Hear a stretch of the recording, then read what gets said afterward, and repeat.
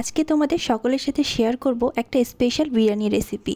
এই ভিডিওটা গত কুরবানি ঈদের সময় করা, কিন্তু এই ভিডিওটা আমি এতদিন দেইনি শুধু একটা জিনিসেরই অপেক্ষায়। সেটা হচ্ছে আমি চেয়েছিলাম আমার চ্যানেলে 100 সাবস্ক্রাইবার সম্পূর্ণ হওয়ার পর এই ভিডিওটা আমি দেব, যেহেতু এটা একটু স্পেশাল ভিডিও। আর কেন স্পেশাল বলছি, কারণ আছে। কারণ এই বিরিয়ানিটা আমার ভাইয়া রান্না করেছে। আসলে ভাইয়া বললে ভুল হবে, আমি আর ভাবি সহযোগিতা না করলে হয়তো বা হতো না, কিন্তু উদ্যোগটা তো ভাইয়ার ছিল, তাই না? তাই তাকেই ক্রেডিটটা দিতে হয়। তো এখানে তোমরা দেখতে পেলে বিরিয়ানি রান্না করার প্রস্তুতি কিন্তু শুরু হয়ে গিয়েছে। প্রথমে চালটা ভিজিয়ে নেওয়া হলো এবং তারপর কিছু গরম মশলা ভেজে নিয়ে সেগুলো গুঁড়ো করে নেওয়া হলো। আর এর মাঝেই কাঁচামরিচ মিক্সারে বেটে নেওয়া হয়েছে। তো এখানে আমরা প্রথমে মুরগিটাকে ম্যারিনেট করে নিব। আর তার জন্য প্রথমেই দেখতে পেয়েছো মুরগিটা ভালো করে কেটে ধুয়ে নেওয়া হয়েছে এবং তারপর এর মধ্যে মশলা দিয়ে দেওয়া হচ্ছে একে একে। প্রথমে আদা রসুন জিরা বাটা দিয়ে দেওয়া হলো অল্প অল্প করে, এবং তারপর আমরা যে মরিচটা বেটে নিয়েছি সেই মরিচটা দেওয়া হলো, কাঁচামরিচটা, এবং তারপর এখানে মরিচের গুঁড়া এবং হলুদের গুঁড়া দেওয়া হয়েছে। তারপরে তোমরা দেখতে পাচ্ছ এখানে জিরার গুঁড়া দেওয়া হলো। জিরার গুঁড়া দেওয়ার পর এখানে কিছু ধনিয়া পাতা দেওয়া হবে। তো ভাইয়া ধনিয়া পাতা কুচি করে দিয়ে নিচ্ছে। আর এখানে তোমরা দেখতে পাবে সেই মহান শেফকে, সে বলল আমাকে একটু ভিডিও করতে, তো তাকেও ভিডিও করে নিলাম। আর এখানে যেটা দেওয়া হচ্ছে সেটা হচ্ছে বেরেস্তার তেল। সরি, তোমাদের সাথে এটা আমরা শেয়ার করিনি, মানে শেয়ার করতে পারিনি, কারণ এটা ভিডিও করা হয়নি। বেরেস্তাটা আগেই করে নেওয়া হয়েছে। এই যে বেরেস্তাটা, এখানে কিছুটা বেরেস্তা দিয়ে দেওয়া হচ্ছে। এখন এই সব কিছুকে ভালো করে মেখে কিছুক্ষণ রেখে দিতে হবে। তো ভাইয়া এখানে এই সব কিছু একত্রে ভালো করে মেখে নিচ্ছে। সব কিছু ভালো করে মাখতে হবে যাতে সবগুলো মুরগির পিসে সব মশলা ভালো করে মেখে নেওয়া হয়। তারপর এটাকে মেখে নেওয়া শেষ হয়ে গিয়েছে। এবার এটাকে আমরা 15-20 মিনিট রেখে দেব। আর এই সময় আমরা চালটা সেদ্ধ করে নিব। তো চাল সেদ্ধ করার জন্য এখানে প্রথমে দেখতে পেলে পানি নিয়ে নেওয়া হয়েছে এবং তার মধ্যে এলাচ, লবঙ্গ, মরিচ এই সব কিছু দিয়ে দেওয়া হয়েছে এবং তারপর কিছুটা শাহি জিরাও দিয়ে দেওয়া হলো। এবং তারপর এখানে আমরা চালটা দিয়ে দিব, যে চালটা ভিজিয়ে রাখা হয়েছে। ও হ্যাঁ, কিছুটা ধনিয়া পাতাও কিন্তু দিতে হবে।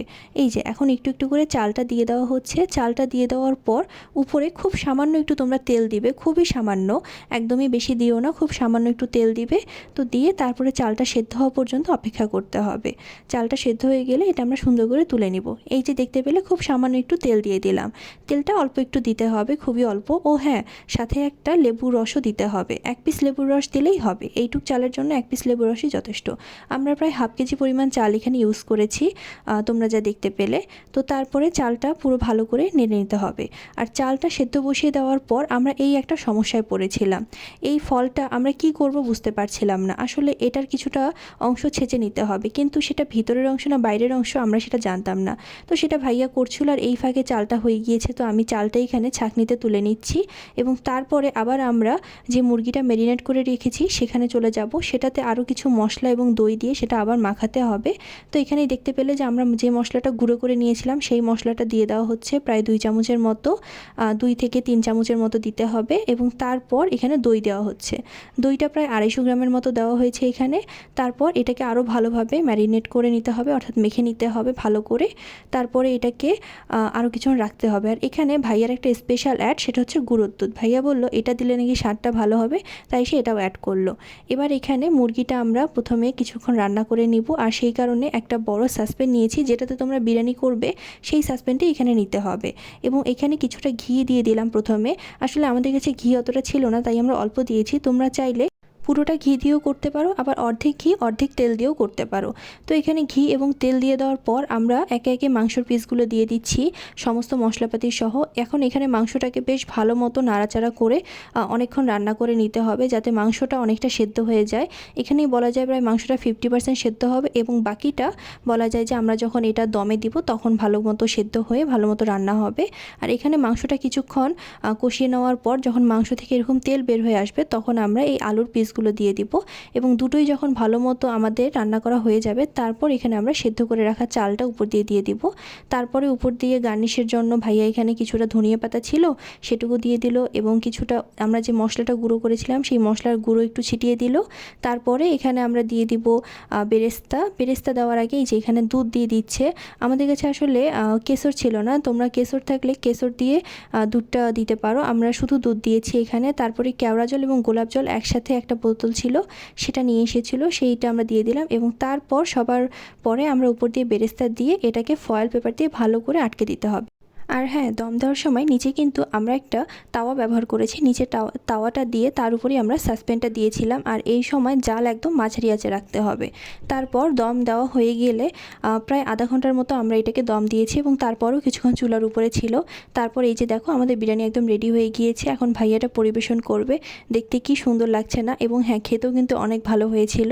তোমরা প্লিজ এই রেসিপিটা ট্রাই করবে। জানি অনেক কিছুই আমি ভালো করে বলতে পারিনি, তোমরা একটু দেখে দিয়ে বুঝে নিও। দিয়ে রেসিপিটা কিন্তু প্লিজ ট্রাই করো এবং আমাকে অবশ্যই জানিও যে কেমন হয়েছে খেতে। আমার চ্যানেলে বলা যায় এটাই প্রথম কোনো রেসিপি যেটা আমি এত বড় ভিডিও আকারে দিচ্ছি। আজকের মতো এতটাই। আমার চ্যানেলে নতুন হলে প্লিজ সাবস্ক্রাইব করে দিও। ওকে, বাই। অনেক দিন পর আম্মু বাসায় বিরিয়ানি রান্না করলো, আর আমিও সেটারই রেসিপি আজকে শেয়ার করব তোমাদের সাথে। হাই এভরিওয়ান, আসসালামু আলাইকুম। কেমন আছো তোমরা সবাই? আই হোপ তোমরা সবাই খুব ভালো আছো। আজকে অনেক দিন পর বাসায় বিরিয়ানি রান্না করা হলো, তাই আমিও সেটা রেসিপি শ্যুট করে শেয়ার করছি তোমাদের সাথে। তো প্রথমেই বিরিয়ানি রান্না করার জন্য মাংসটাকে ভালো মতো পিস করে কেটে নিয়ে ধুয়ে নেওয়া হয়েছে এবং তারপর একটা প্রেশার কুকারে নিয়ে পরিমাণ মতো লবণ আর পরিমাণ মতো হলুদ দিয়ে সেটা সেদ্ধ বসিয়ে দিতে হবে, সাথে পরিমাণ মতো পানিও দিতে হবে।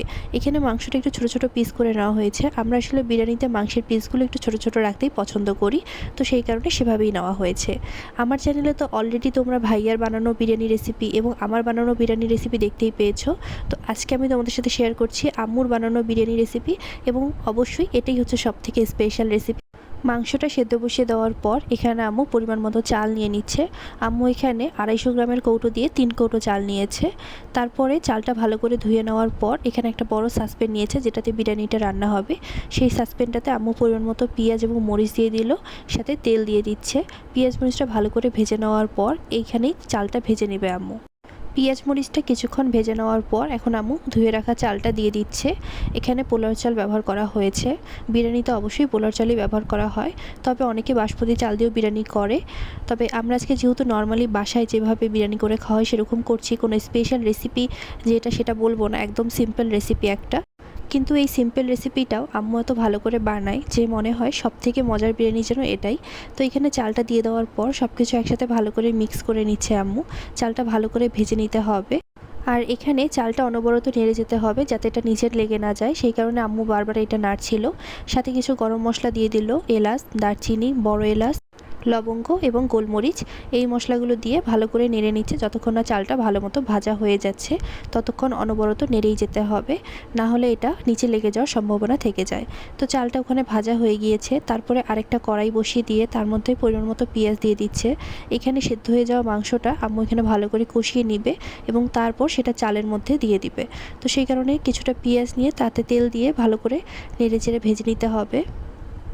পেঁয়াজটা দিয়ে দেওয়ার পর আম্মু এখানে সামান্য লবণ দিয়ে দিল। যেহেতু মাংসে সামান্য লবণ দিয়েছে তাই এখন সামান্য লবণ দিয়ে দিল, যাতে করে দুটো মিক্স হয়ে লবণের পরিমাপটা ঠিক হয়ে যায়। তো এখানে লবণটা দিয়ে দেওয়ার পর পেঁয়াজটা ভালো করে নাড়াচাড়া করে নিবে এবং এই যে দেখতে পাচ্ছ সেদ্ধ হয়ে যাওয়া মাংসটা, এখন সেই মাংসটা এই পেঁয়াজটার মধ্যে ঢেলে দিচ্ছে। মাংসের মধ্যে যে অতিরিক্ত পানিটা ছিল পুরোটা সহই সম্পূর্ণ মাংসটাই এর মধ্যে ঢেলে দেওয়া হলো। এখন মাংসটা খুব ভালো করে কষিয়ে নিতে হবে। আর এই রেসিপিতে আম্মু কোনো এক্সট্রা কোনো মশলা ইউজ করছে না, শুধু 1 প্যাকেট বিরিয়ানির মশলা ইউজ করছে, সেটাও রাঁধুনির বিরিয়ানির মশলা। আমি তোমাদের পরে প্যাকেটটা দেখিয়ে দিচ্ছি। তো এখানে মাংসটা দিয়ে দেওয়ার পর ভালো করে নাড়াচাড়া করে নিতে হবে। আর এখন এই যে বিরিয়ানির মশলাটা আম্মু দিয়ে দিচ্ছে, সম্পূর্ণ 1 প্যাকেট বিরিয়ানির মশলাই আম্মু এখানে দিয়ে দেয়। আর এই বিরিয়ানির মশলার ভিতরে যেহেতু তেজপাতা রয়েছে তাই তোমাদের আলাদা করে তেজপাতা দেওয়ার প্রয়োজন নেই। বিরিয়ানির মশলাটা দিয়ে দেওয়ার পর খুব ভালো করে নাড়াচাড়া করে সব কিছু একসাথে মিক্স করে নিতে হবে। তোমরা চাইলে এই বিরিয়ানিতে আলু দিতে পারো, আমাদের আসলে ওই দিন মনে ছিল না তো সেই কারণে দেওয়া হয়নি। চাইলে তোমরা এই পর্যায়ে আলু ভেজে নিয়ে সেই আলুটাও দিয়ে দিতে পারো। আর আমরা আজকে এই বিরিয়ানির মশলাটা ইউজ করেছি রাঁধুনি রেডিমিক্স বিরিয়ানি মশলা। এর টেস্টটাই আমার সবথেকে বেশি ভালো লাগে, তো সেই কারণে আমি বলেছিলাম যে এটা দিয়েই করো, তো সেই জন্য এই মশলাটাই নিয়ে আসা হয়েছে। তোমরা চাইলে অন্য কোনো বিরিয়ানি মশলা দিয়েও করতে পারো, বাট এই মশলার টেস্টটা খুবই ভালো, মানে আমার কাছে তো খুবই ভালো লাগে। একটু ঝাল ঝাল লাগে কিন্তু খুবই ভালো লাগে, খেতেও অনেক মজা হয় বিরিয়ানিটা। তো এখানে মাংসটা ভালো করে কষানো হচ্ছে।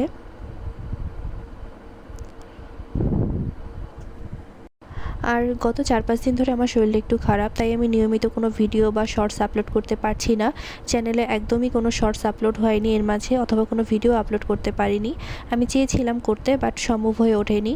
তো তোমরা সবাই প্লিজ দোয়া করো আমার জন্য, যাতে আমি খুব তাড়াতাড়ি সুস্থ হয়ে যাই, এবং আশা করছি এখন আমি একটু রেগুলার ভিডিও আপলোড করতে পারবো আবার আগের মতো, এবং চ্যানেলটা আবার আগের মতো জায়গায় ফিরিয়ে নিয়ে আসতে পারবো, কেননা চ্যানেলের রিচ অনেকটা কমে গিয়েছে।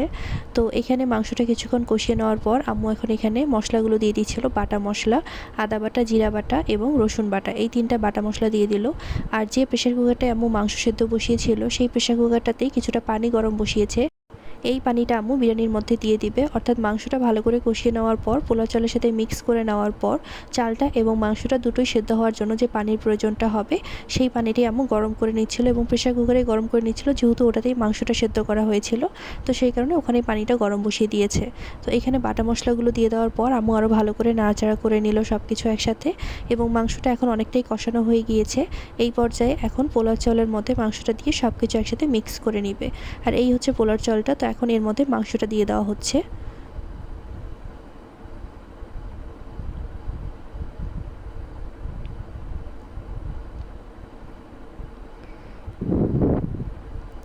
মাংসটা দিয়ে দেওয়ার পর এখন খুব ভালো করে সব কিছু একসাথে মিক্স করে নিতে হবে, যাতে করে চালের সাথে মাংসগুলো একদম ভালো মতো মিক্স হয়ে যায়।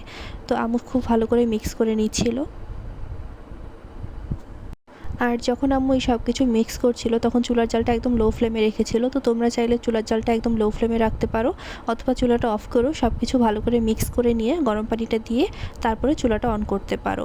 তো এখানে ভালো করে মিক্স করে নেওয়াটা কিন্তু খুব জরুরি, তাতে করে মাংসটা এবং চালটা সমানে সমানে একদম পুরোটা ছড়িয়ে যাবে, তাহলেই জিনিসটা ভালো মতো সিদ্ধ হয়ে আসবে। তো এই জন্য খুব ভালো করে মিক্স করে নিতে হবে।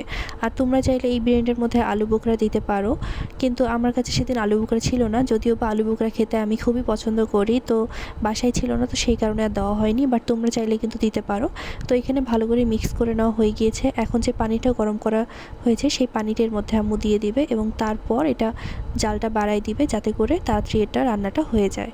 তো এখানে পুরো পানিটি আম্মু এর মধ্যে দিয়ে দিল, এবং পানিটা দেওয়ার পরও সব কিছু একটু ভালো করে মিক্স করে নিতে হবে।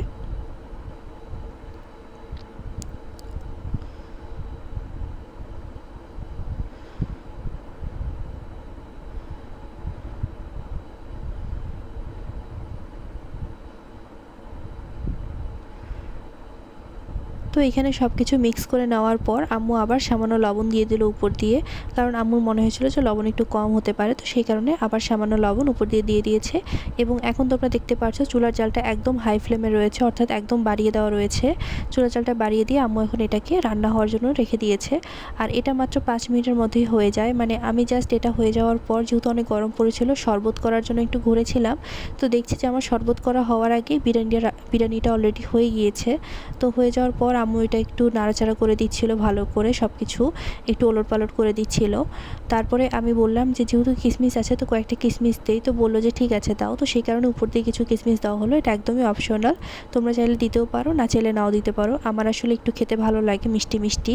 আলু বোখরা থাকলে তো আলু বোখরা দিতাম, যেহেতু ছিল না, তো সেই কারণে কিশমিশই দেওয়া হয়েছে। তো এখানে এখন বিরিয়ানিটা এই যে সার্ভ করা হচ্ছে। আমি তো প্রথমে প্লেট নিয়ে বসে গিয়েছি যে আমাকে আগে দাও, তো আম্মু আমাকে আগে দিয়েছিল। আর এই বিরিয়ানিটা খেতে তো মানে জাস্ট অসাধারণ হয়েছিল। এটার কথা আর কী বলবো আলাদা করে, তোমাদের তো আগেই বললাম যে এই বিরিয়ানিটাই বেস্ট।